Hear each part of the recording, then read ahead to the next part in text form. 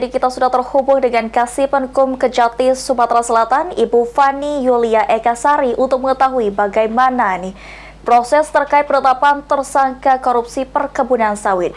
Assalamualaikum warahmatullahi wabarakatuh. Selamat malam Ibu Fani, apa kabarnya? Alhamdulillah, baik, Mbak. Alhamdulillah. Baik Bu, berita sebelumnya ini terkait korupsi perkebunan sawit ini bisa disampaikan nih terkait penetapan tersangka kasus sawit di Musirawas Ibu yang baru saja dirilis ya Bu ya oleh Kejati Ya, Sumsel. oke. Terima kasih, Mbak. Pada hari ini dapat kita jelaskan, hari ini Selasa, tanggal 4 Maret 2025. Tadi sekira pukul 5 sore ya, tim penyidik Kejaksaan Tinggi Sumatera Selatan dalam perkara dugaan tindak pidana korupsi, terutama pada sektor sumber daya alam ya, SDA, khususnya perkebunan sawit, berdasarkan alat bukti yang cukup, berdasarkan pada pasal 184 ayat 1 KUHP, maka pada hari ini tim penyidik menetapkan 5 orang sebagai tersangka, yaitu yang pertama RM, selaku Bupati Musirawas tahun 2005 sampai dengan 2015, kemudian yang kedua ES, selaku Direktur PT DAM tahun 2010, dan yang ketiga SAI, selaku Kepala Badan Penanaman Modal dan Pelayanan Terpadu Perizinan Musirawas tahun 2008 sampai dengan 2013. Yang keempat AM, selaku Sekretaris Badan Penanaman Modal dan Pelayanan Terpadu Perizinan Musirawas tahun 2008 sampai dengan 2011. Dan yang terakhir yaitu BA, selaku Kepala Desa Mulyoharjo tahun 2010 sampai dengan 2016. Seperti itu, Mbak. Baik, selain 4 tersangka dan juga ada mantan Bupati Musirawas Ibu ya, apakah ada indikasi orang lain Ibu yang terlibat dalam kasus ini Bu?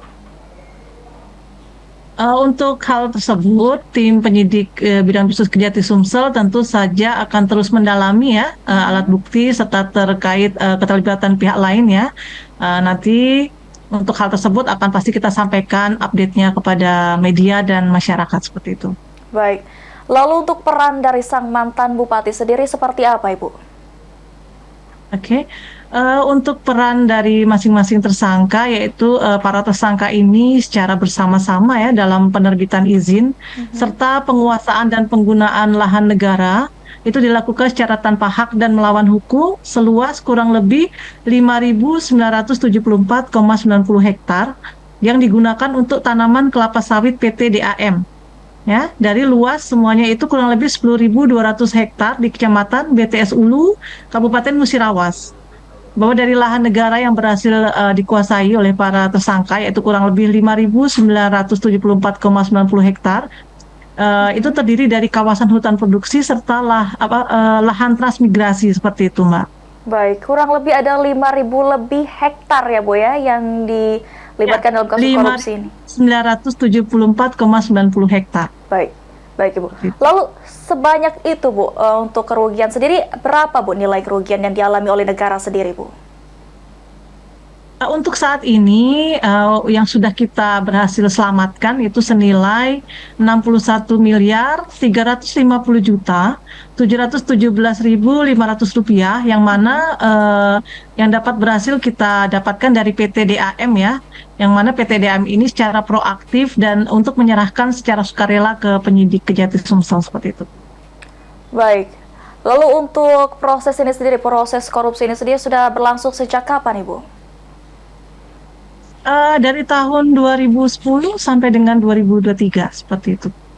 2010 hingga 2023 terus berjalan ya Bu ya? Ya, ya, Baik. seperti itu. Baik, apakah ada kemungkinan tersangka baru mungkin Bu nanti diperkirakan atau mungkin ada keterlibatan dari perusahaan lain yang terlibat dalam kasus korupsi ini Bu? Oke, yang pasti tim penyidik Kejati Sumsel akan terus melakukan pendalaman ya, seperti itu yang sudah saya jelaskan tadi. Dan mungkin nanti kalau ada info perkembangan terbaru pasti akan kita sampaikan kepada rekan-rekan media serta masyarakat tentunya seperti itu. Baik, lalu untuk dari kasus ini nantinya apakah bisa menyebar dengan kasus lainnya Ibu, mungkin dengan modus yang sama mungkin Ibu, kalau sebelumnya juga mungkin ada kasus korupsi yang dilakukan, apa mungkin sama Ibu nanti kasusnya berakhir Ibu? Ya, yang pasti sabar, nanti akan ada update terbaru kalau ada hal seperti itu, Mbak. Sementara masih ini yang bisa kita sampaikan terlebih dahulu, seperti itu.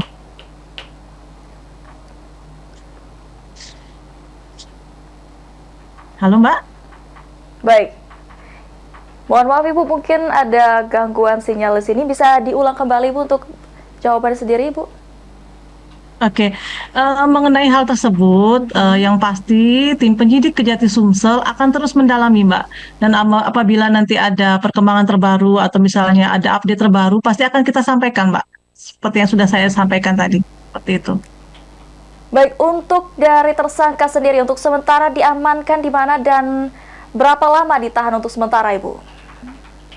Oke, dari 5 tersangka tersebut kita infokan bahwa 4 itu dilakukan penahanan di Rutan Pak Jo Palembang selama 20 hari ke depan dari tanggal hari ini ya, tanggal 4 Maret sampai tanggal 23 Maret.